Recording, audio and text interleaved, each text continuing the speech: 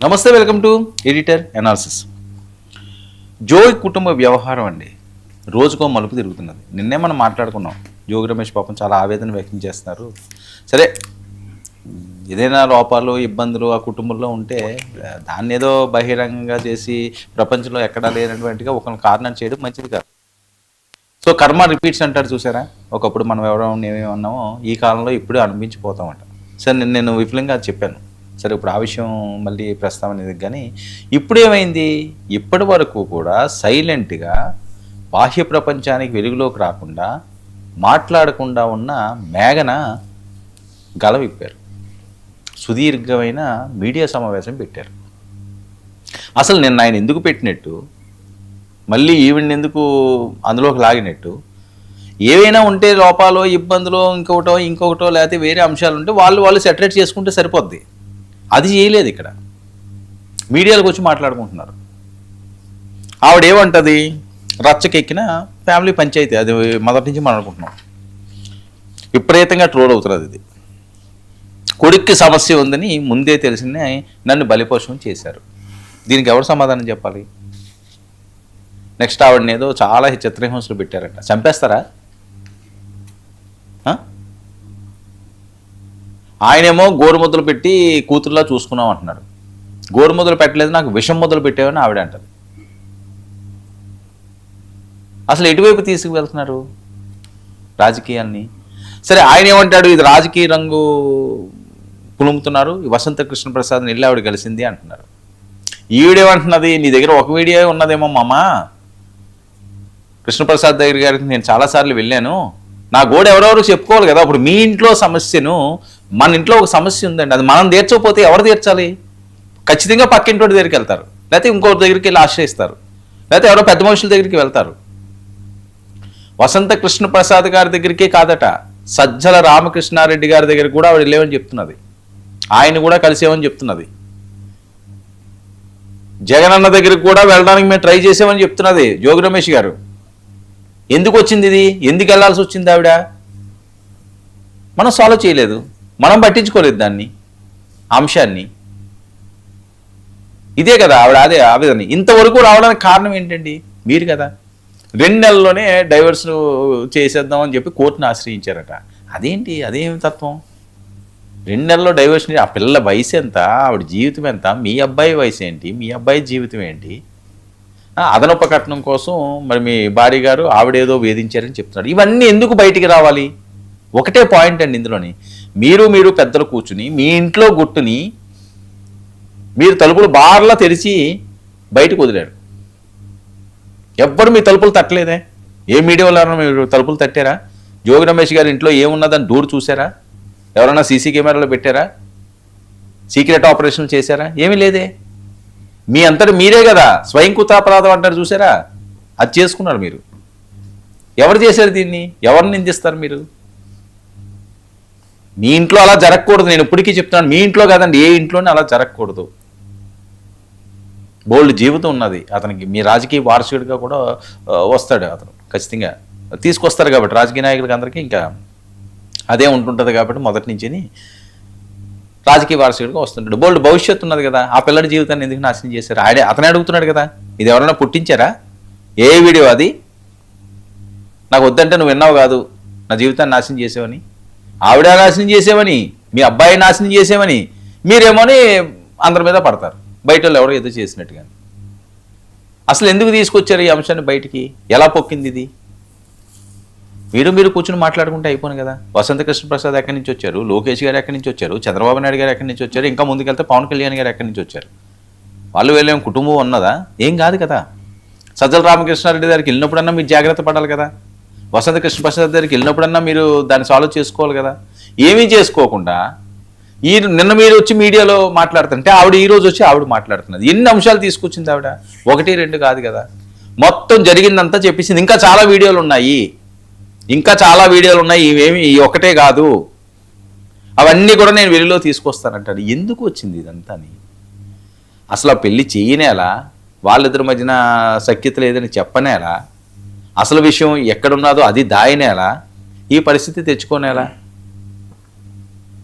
ఆవిడ బయట చాలా సీరియస్గా ఆవేదనతో ఆవిడ ఈరోజు సుదీర్ఘంగా మాట్లాడింది. ఆ బయట ప్లే చేయండి అమ్మా మేఘనా గారిది. కొడుకుకి ఉన్న ప్రాబ్లము ముందే అతనికి తెలిసే, ఖచ్చితంగా వాళ్ళ కుటుంబం మొత్తానికి తెలిసే నాకు ఈ పెళ్లి చేశారు. ఖచ్చితంగా అది నేను 100కి 100% చెప్పగలను. ముందుగానే ఎఫ్ఐఆర్లో క్లియర్గా పొందుపరిచాను. అవి 100కి 100% వాస్తవాలు. అండ్ దానికి సంబంధించిన ఎవిడెన్స్లు కూడా నేను ప్రతి ఒక్కటి కోర్టు వారికి ప్లస్ పోలీస్ స్టేషన్లో నేను సమర్పించాను. తొందరలోనే ఆ విషయాలకు సంబంధించిన నిజాలు కూడా మీకు తెలుస్తాయి, బయటపడతాయి. అదనపు కట్నము డబ్బులు తీసుకొని వస్తే నువ్వు హ్యాపీగా ఉంటావు, అతనికి ఇంకా మీరు విన్నట్టు నువ్వు అదే అతనికి ఫీలింగ్స్ వస్తాయి అనేలాంటి బాధాకరమైన విషయాలు మాట్లాడింది. ఒక ఆడదానిగా ఒక తల్లి స్థానంలో ఉండి అర్థం చేసుకుంటుందేమో, తనకు కూడా ఒక ఆడపిల్ల ఉంది కదా అని అనుకున్నాను. ఆమె తినిపించింది నాకు గోరు ముద్దల్లాగా లేవు, విషపు ముద్దలు. పెళ్ళికి ముందే అతని కొడుకు ప్రాబ్లం ఏంటో తెలిసి పెళ్ళి తర్వాత చాలా ప్లాన్డ్గా దీన్ని ప్లాన్ చేసి నన్ను అన్ని రకాలుగా ఇబ్బంది పెట్టి దీన్ని క్లోజ్ చేద్దామనే ఉద్దేశం వాళ్ళకి ఫస్ట్ నుంచే ఉంది. ఇది అండి మేఘన.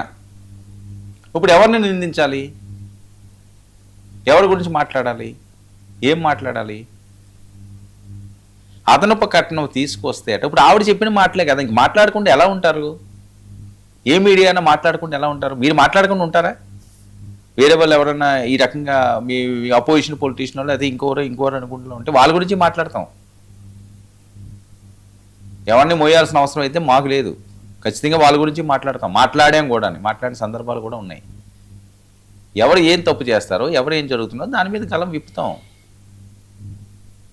ఇప్పుడు ఆవిడ ఏమంటుంది, అదనపు కట్నం ఇస్తే ఆయన హ్యాపీగా ఈవిడితో కాపురం చేస్తాడట. ఏంటిది? ఏం మెసేజ్ ఇస్తున్నారు? ఏం చెప్పాలనుకుంటున్నారు? అది నిజం కాదని చెప్తారా రేపొచ్చి? అసలే ఇబ్బందుల్లో ఉండి కోట్ల కట్నం అని తీసుకున్నారట, కోట్లకు వచ్చేయిందంటే దానికి మీరేం చెప్తారు? నాకు బోల్డ్కి వచ్చేయిపోయింది నా పెళ్ళికి అంటాడు. అవదా? ఇరుపక్షాలు అవుతుంది. మీరైతే కట్నం ఇవ్వలేదు కదా, ఇచ్చున్నారా? ఆవిడకి ఏమి ఇచ్చారో చెప్పండి, రేపు లిస్ట్ పెట్టి తీసుకోండి. వాళ్ళ దగ్గర ఏం తీసుకున్నారో వాళ్ళకి ఇచ్చేయండి. నేను బోల్డ్ డబ్బులు ఖర్చు పెట్టాను. మీరు మినిస్టర్ స్థాయి వ్యక్తి అండి, కొడుకు పెళ్లి అంగరంగ వైభవంగా చేయాలి కదా, ఆ బాధ్యత మీకు ఉన్నది. ఇంకా లెక్కలు వేసుకోవడం ఎందుకు? ఇప్పుడు ఎందుకు ఈ పాయింట్ తీసుకొచ్చింది? అదనపు కట్నం ఇస్తే అతను సుఖంగా నీతో కలిసి ఉంటాడు. అదనపు కట్నం ఇస్తే సుఖంగా కలిసి ఉంటారా? లేకపోతే సుఖంగా కలిసి ఉండడా భార్యతో భర్త? ఆవిడ ఎంత చక్కగా ఉన్నదండి, బంగారం లాంటి కోడలు. మీ అబ్బాయి కూడా ఈడు జోడు బాగుంది కదా, మంచి సంబంధమే చూశారు కదా. ఒకవేళ నిజంగా మీకు ముందే తెలిస్తే మీ అబ్బాయి కోసం ఆవిడ చెప్తున్నట్లుగా ఆ పిల్లన్నా ఆపాలి. లేదు పోనీ ఏదో మెడిసిన్ అనో లేకపోతే ఇంకోటనో ఏదో బోల్డ్ చికిత్సలు ఉంటాయి కదా, అలాగన్నా చేయించి ఆ కాపరాన్ని నిలబెట్టాలి. కానీ అర్ధాంతరంగా ఆ బంధాన్ని విడదీసేసి ఆవిని నరకయాతన పెట్టి ఆవిడే చెప్తున్నది కదా, వేధింపులు అటు తీవ్ర వేధింపులు చేశారట, చంపేద్దామని చూశారంట. అది ఎవరు మాట్లాడారు ఇవన్నీ? మేఘనతో ఎవరన్నా మాట్లాడించారా? ఎవరి జీవితాన్ని అన్నా వాళ్ళు నాశనం చేసుకుంటుందా ఏ పిల్లనని ఈ రకంగా రోడ్డెక్కి? రేపు ఆవిడ భవిష్యత్తు ఏంటి? ఎంత జీవితం ఉంది తనకి? ఏం సాధించింది ఆవిడ పెళ్లి చేసుకుంది? మీరేం సాధించారు ఆ పెళ్లి చేసి మీ అబ్బాయికి? కాస్త మనసుతో ఆలోచించండి. రాజకీయాలన్నీ పక్కన పెట్టండి, ఎప్పుడు ఉండివే. 29 ఎలక్షన్లు వచ్చినప్పుడు 28 నుంచో 28:30 నుంచో మొదలెట్టండి. మీకు నచ్చినట్టు చెయ్యండి, గెలండి, అధికారాలు చేపట్టండి, ఎవ్వడూ వద్దండు. కానీ మనకి మనస్సాక్షి అంటూ రాత్రి పడుకుండేటప్పుడు కంటి నిండా నిద్ర పట్టాలా? అరే నా కొడుకు ఇలా ఉంటే మనకి ఎక్కడ పడుతుంది నిద్ర? ఎందుకు ఇదన్నీ చేయాల్సి వచ్చింది? ఇది కదా ఆలోచించాలి. ఎంతసేపు ఎదటోడి మీద బురద వేయడమో, ఎదటోడి మీద రాయేయడమో ఇదే కార్యక్రమం అనుకుంటే ఇంకెక్కడికి వెళ్తాయి రాజకీయాలు? మన సొంత విషయం, మన కుటుంబ విషయం రోడ్డును పడినప్పుడు ఎదటోడు ఎవడో చేశాడు, లేదా ఎదట వాళ్ళ ఇళ్లలోకి వెళ్ళి మనం తొంగి చూస్తాం. నేను నిన్నే అన్నాను, పవన్ కళ్యాణ్ గారిని ఏ రకంగా మాట్లాడారండి, లోకేష్ గారిని ఏ రకంగా మాట్లాడారండి, చంద్రబాబు నాయుడు గారు ఏ రకంగా మాట్లాడారండి? మంచిదా? అది మంచి మాటలా? వాళ్ళు మీ గురించి ఆ రకంగా మాట్లాడారా? ఏ జోగి అనో లేకపోతే ఇంకొకటనో మాట్లాడారా? చంద్రబాబు నాయుడు గారు పవన్ కళ్యాణ్ గారు మాట్లాడారా మీ పేరెత్తి ఇంత ఈ రకంగా? ఎబ్రివేషన్లు చెప్పారా? కొన్ని లెటర్స్ తీసుకోండి, ఇదంటే ఇది, అదంటే అది, ఆ ఎబ్రివేషన్లు ఏమైనా చెప్పారా? ఇప్పటికైనా ఇది మీ ఇల్లు, మీ ఇంటికి సంబంధించిన అంశం. ఇంకా విడాకులు అవ్వలేదు కాబట్టి మీ ఇంటికి కోడలది. మీరు కూతురులా చూసుకుంటానన్నారు కదా, కూతురులా చూసుకుంటారో చూసుకోరో చూసుకున్నారో లేదో ఆవిడికి సంబంధించిన అంశం. ఇంకా రోడ్డు ఎక్కకండి, దీని రాజకీయాలు చేయాలని చూడకండి. ఆ పిల్ల జీవితం నాశనం అయిపోయింది, మీ కొడుకు జీవితం కూడా అలాగే ఉంది. సరే మగరాయుడు కదా, మగోడు కదా అంటే వేరే రకంగా అవ్వచ్చు, కానీ ఇప్పుడు ఏం పెట్టారు? అతను దేనికి పనికిరాడు, అది కదా. ఇప్పుడు ఏం చేస్తారండి? ఎంత ఇబ్బందిగా, ఎంత పెయిన్ మీకు ఇది. ఆ పిల్లడు ప్రశాంతంగా బయట తిరగలడా? ఇంతవరకు ఎందుకు తెచ్చుకున్నారు? సరే మీకు తెలియాలని లేదు, మీకు తెలిసి చేయకపోవచ్చేమో, అది ఒక యాంగిల్. ఎందుకంటే పిల్లడికి అతను ఎలా ఉన్నాడో శారీరకంగా ఇంకో రోజుకి చెప్పుకుంటేనే ఏంటి, చెప్పుకోరు కదా, అతనికి తెలియదేమో, లేకపోతే ముందే జాగ్రత్త పడరేమో, బయటికి చెప్పలేకపోయాడేమో, చాలా చాలా ఉంటాయి ఇందులో. ఇది ఒకదానితో కన్క్లూడ్ అయ్యే విషయం కాదు. కానీ దీన్ని రచ్చతేసి రోడ్డు మీద పెట్టుకుని బహిరంగంగా కుటుంబాలని, ఇలాంటి అంశాలని, మహిళల అంశాలని, వీటిని ఎవరు పడితే వాళ్ళు ఇష్టం వచ్చినట్టుగా మాట్లాడుకునేలా చేసే అవకాశం మీరిచ్చారు. ఆ పిల్లకి న్యాయం చేయండి, ఆ పిల్లకి ముందు న్యాయం చేయండి. వాళ్ళ దగ్గర తీసుకున్న కట్నాలు ఏవో ఉంటే అవి ఇచ్చి ఏదో ప్రశాంతంగా వాళ్ళ జోలికి మీరు జోలికి వాళ్ళు వెళ్లకుండా చేసుకుంటారో, లేకపోతే మరి ఇంకా ఏమన్నా నిజంగా ఆయనకి ఏ సమస్యలు లేకపోతే మళ్ళీ కలిసి ఉంటారో కలాలని చూసుకోండి. విడగొట్టాలని చూసుకో. విడగొట్టడం ఎంతసేపు? ఒక కప్పు ఉంది, లేకపోతే ఒక గాజు గ్లాస్ ఉంది, ఎంతసేపు దాన్ని బద్దలు కొట్టడం? Seconds, with in seconds. ఆ గ్లాసు నువ్వు తయారు చేయాలంటే చేయగలవా? జీవితం కూడా అంతే. ఈరోజు రోడ్డును పెట్టుకున్నది మీరు. మీకు బాధ అనిపించినా, కష్టం అనిపించినా మనసుతో ఆలోచించండి, మానవత్వంతో ఆలోచించండి. అరే ఆ పిల్ల మన ఇంటి పిల్ల అయితే ఏంట్రా, నిజంగా మేఘన మీ ఇంటి కూతురు అయితే వేరే వాళ్ళ ఇంట్లో మీ ఇలాగే జరిగింది అంటే జోగి రమేష్ ఇలాగే ఉంటారా? లేకపోతే ఇంకొక ఎక్స్ ఇలాగే ఉంటారా? ఇంకొక వై ఇలాగే ఉంటారా? ఆవిడ ఇంకా చాలా సౌమ్యంగా చెప్తున్నది. మెజారిటీ పీపుల్ ఆవిడ వైపే మొగ్గు చూపిస్తున్నారు. సరే మీరు తప్ప రైట్ అన్నది నేనేమో జడ్జిని కాదు, నేను డిసైడ్ చేయడానికి. జరిగిన అంశాలు మాత్రమే చెప్పే ప్రయత్నం ఇది. ఇప్పటికైనా సరే రాజకీయాలు పక్కన పెట్టండి, కుటుంబాలు ఒకటయ్యేలా చూసుకోండి, మంచిగా ముందుకు సాగండి. రోడ్డుకి ఎక్కి మహిళల జీవితాలతోటి ఆడుకునే విధంగా, మాట్లాడుకునే విధంగా మాత్రం చెయ్యొద్దు అన్నది మా విజ్ఞప్తి. మరి మీరు అది ఇంకతో ఇది ఆపుతారా? దీన్ని ఇంకా ముందుకు తీసుకెళ్తారా? ఇంకా ముందుకు తీసుకెళ్తారా? మీరు ఒక వీడియో రిలీజ్ చేసి, ఆ అమ్మాయి ఒక వీడియో రిలీజ్ చేసి, రేపు ఎప్పుడో మీ అబ్బాయి వచ్చి ఆయన ఒక వీడియో చూపించి, ఈ వీడియోలు రచ్చొద్దు. ఆవిడకి న్యాయం చేయడానికి చూడండి. ఏవైనా ఉంటే మీరు మాట్లాడుకోండి. రోడ్డు మీదకి ఎక్కి దీన్ని బహిరంగంగా ఒక ప్రదర్శనలు అయితే ఇప్పించొద్దు. ఇంకా మీ ఇష్టం ఏం చేసుకుంటారన్నది. ఇక మన